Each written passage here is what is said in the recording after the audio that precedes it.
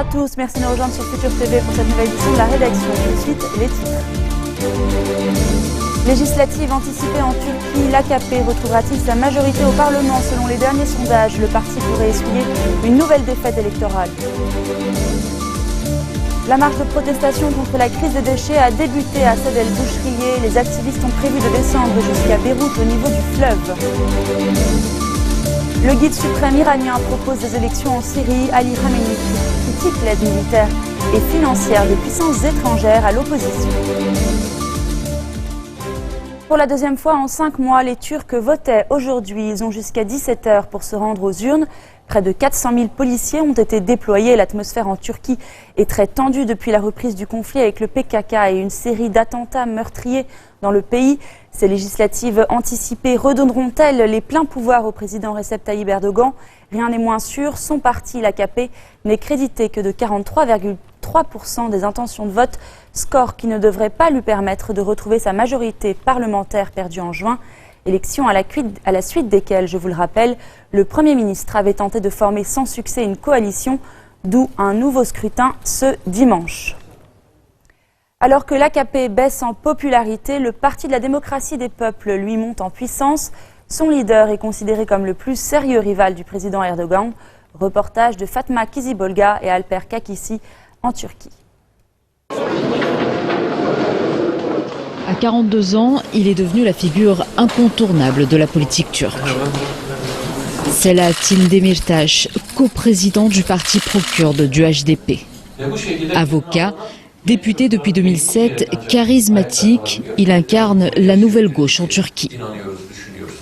Et c'est surtout son côté proche du peuple qui séduit les électeurs. On le voit partout, cuisiner chez des étudiants, rendre visite à des ouvriers du bâtiment et même chanter en direct à la télévision. À chaque apparition publique, c'est le même concours de photos, mais ce qui a propulsé sa carrière politique, c'est une promesse de campagne, pas comme les autres. Monsieur Recep Tayyip Erdogan, nous t'empêcherons de passer un régime présidentiel. Nous t'en empêcherons, nous t'en empêcherons. Face à l'autoritarisme d'Erdogan, Demirtas s'impose comme le défenseur des minorités. Et ça marche, au point de faire perdre la majorité absolue à l'AKP lors des dernières élections, du jamais vu en 13 ans. Ses détracteurs accusent son parti d'être la vitrine politique de la guérilla du PKK, mais là encore il répond sans hésiter. Nous bénéficions d'un grand soutien de Kurdes, sympathisants du PKK, mais nous sommes un parti politique démocratique et nos décisions ne sont prises qu'au sein de notre comité de direction. Nous ne représentons pas le PKK, qui de toute façon ne nous donne pas un tel droit. Place à une discussion en direct avec les internautes. Meilleur moyen, selon Demirtas, de contourner la censure des autorités. Une nouvelle marche de protestation contre la crise des déchets a lieu en ce moment. Des dizaines d'activistes se sont retrouvés à Saad el-Bouchrier dans le Méthène, direction le fleuve de Beyrouth qui accueille des montagnes d'ordures. Des membres municipaux sont également présents. Les organisateurs promettent de poursuivre la mobilisation jusqu'à ce que leurs revendications soient entendues. Je vous rappelle que depuis le 17 juillet, date de la fermeture de la décharge de Namé, aucun plan de gestion des déchets n'a vu le jour. Le Conseil des ministres doit se réunir en début de semaine pour proposer une issue à cette crise. Autre dossier urgent à l'ordre du jour du prochain Conseil des ministres, celui du retard depuis 45 jours des paiements des salaires des militaires. Le commandant en chef de l'armée libanaise a appelé hier le gouvernement à agir. Les militaires n'ont plus un sou dans leur poche. C'est inacceptable, s'est indigné Jean Kawaji. Et mécontentement également du côté des syndicats dont le comité de coordination appelle à une grève générale mardi. Une manifestation est prévue à 11 h, place Riyad El-Solor, pour réclamer le vote du projet de la nouvelle grille des salaires. Dans un instant, nous serons avec le journaliste Nicolas Héin, interviewé par Nour Ael.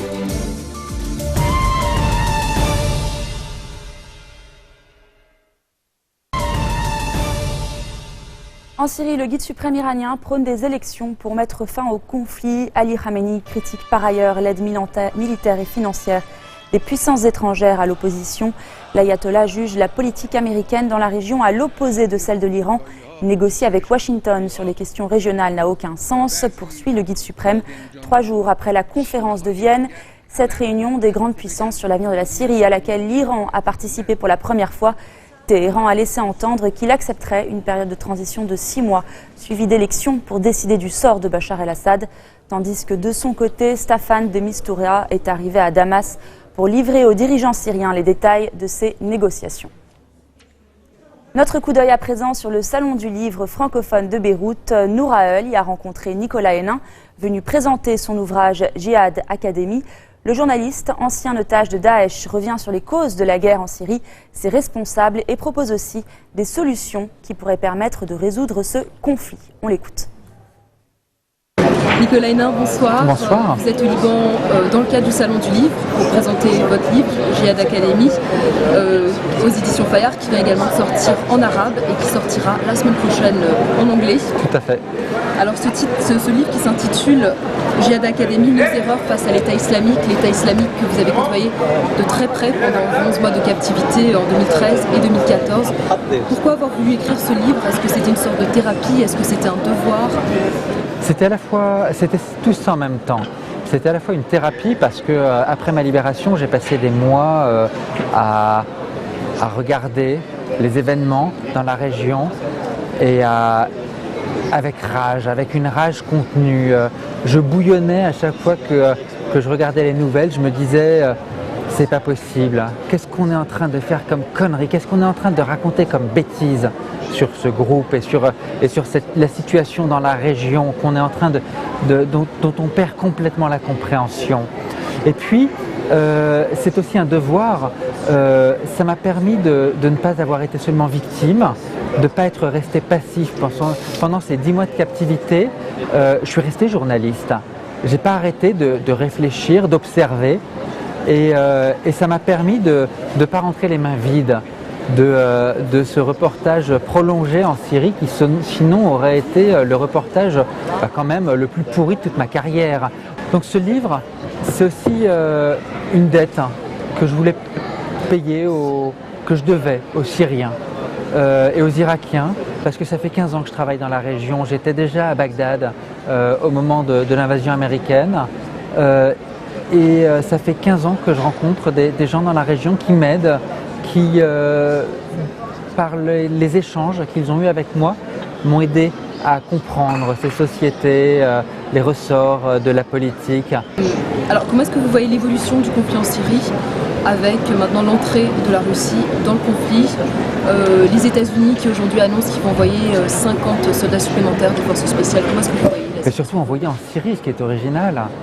Écoutez, si il y a 2 mois, nous nous étions vus et que vous m'aviez demandé quel est, à votre avis, le rêve le plus fou que fait Abou Bakr al-Baghdadi, je vous aurais répondu que Poutine et Obama envoient des soldats. Et ben voilà. Et voilà.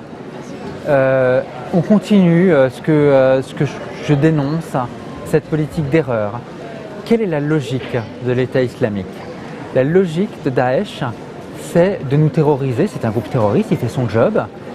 C'est aussi une logique apocalyptique.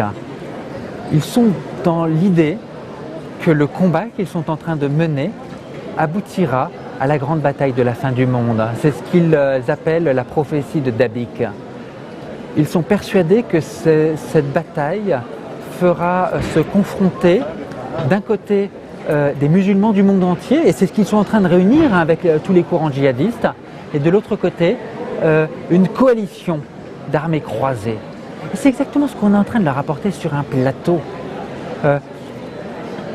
Des soldats américains, parfait, vengeance sur l'invasion de l'Irak. Des soldats russes, une intervention russe, parfait, vengeance et sur l'Afghanistan et sur les guerres de Tchétchénie. On est en train précisément de répondre à leur agenda. Les terroristes, dans leur œuvre de terreur, cherchent à nous obnubiler, à nous terroriser, à nous figer, et qu'on soit saisi d'effroi et qu'on finisse par agir de façon irrationnelle, par arrêter d'analyser ce qui se passe, de voir par exemple que c'est le régime de Bachar el-Assad qui est 10 fois plus criminel que Daesh, que c'est le régime de Bachar el-Assad qui est à l'origine de toute la crise et qui continue d'alimenter toute cette crise. Et que l'on ignore ce régime, voire que l'on ait la tentation de se réconcilier avec lui ou de le remettre en selle, et que finalement on se retrouve uniquement dans cette confrontation antiterroriste qui ne peut avoir aucune solution, qui ne peut pas avoir de succès. Le problème, c'est qu'il faut nettoyer ce Moyen-Orient. Nettoyer de quoi? Les causes du mal, c'est quoi? C'est 1, la violence, à commencer par la répression. 2, l'autoritarisme, la dictature. Et 3, le communautarisme, qui fait se monter les uns contre les autres dans des haines stupides entre chrétiens, musulmans, entre chiites, sunnites, que sais-je. C'est ça le vrai problème. Alors après, on peut toujours s'amuser à courir pendant des heures, des années derrière les cafards, ou alors on peut juste se dire, allez, on regarde c'est quoi la cause du mal, on le fait ce grand ménage, on lutte contre les fondements de tout ce bazar dans la région. Alors quelle est la solution aujourd'hui? On l'a vu à Vienne, les grandes puissances qui se sont réunies avec les pays avoisinants de la Syrie, la Jordanie, le Liban, l'Arabie et pour la première fois l'Iran qui se retrouve à la table des discussions. C'est quand même phénoménal qu'on passe tellement de temps, de discussion, de temps médiatique à se poser la question, à se poser la question, est-ce que l'Iran, la Russie, le Zimbabwe, que sais-je, doivent faire partie, doivent être assis à la table de ces négociations? La priorité, c'est la politique. Créer les conditions politiques pour que des Syriens viennent s'asseoir, des Syriens de tous bords, de toute obédience, de tout horizon, viennent s'asseoir autour d'une table en se disant « Ok, sur quoi on est prêt à se mettre d'accord pour une feuille de route politique de sortie de crise ?» La clé du conflit syrien, elle reste encore, je veux bien le croire, dans les mains du peuple syrien. Et la solution, elle doit passer d'abord par la sécurité, la protection des civils. C'est l'urgence absolue. C'est les massacres de masse qui ont provoqué la radicalisation de ce conflit, avec toutes ses conséquences, sa radicalisation politique, religieuse, communautaire. Il faut désescalader la violence pour faire se dégonfler cette radicalisation, faire reculer cette radicalisation. J'ai fréquenté ces gens-là et donc je suis particulièrement bien placé pour les démystifier parce que quand ils tournent leurs films de propagande, ils se donnent des images très puissantes, ils réutilisent les codes des films d'action ou des jeux vidéo. En fait, ce sont des gens très ordinaires, ce sont des gens très triviaux. Et il faut, c'est aussi l'un des messages que je cherche à faire passer, c'est les faire chuter de leur piédestal de super terroristes sur lesquels ils s'installent et sur lesquels nous, avec nos discours médiatiques, on a très souvent tendance à les installer pour les ramener à leurs conditions extrêmement triviales de paumés. C'est la fin de cette édition, le rappel des titres. Législative anticipée en Turquie, l'AKP retrouvera-t-il sa majorité au Parlement selon les derniers sondages? Le parti pourrait essuyer une nouvelle défaite électorale. La marche de protestation contre la crise des déchets a débuté à Saad el-Bouchrier. Les activistes ont prévu de descendre jusqu'à Beyrouth au niveau du fleuve. Le guide suprême iranien propose des élections en Syrie. Ali Khamenei critique l'aide militaire et financière des puissances étrangères à l'opposition. Merci de votre attention. Retrouvez-nous tous les jours à 16h40 heure de Beyrouth. Vous pouvez également nous suivre en ligne sur notre site web ou en téléchargeant notre application mobile. Excellente fin de week-end à toutes et à tous.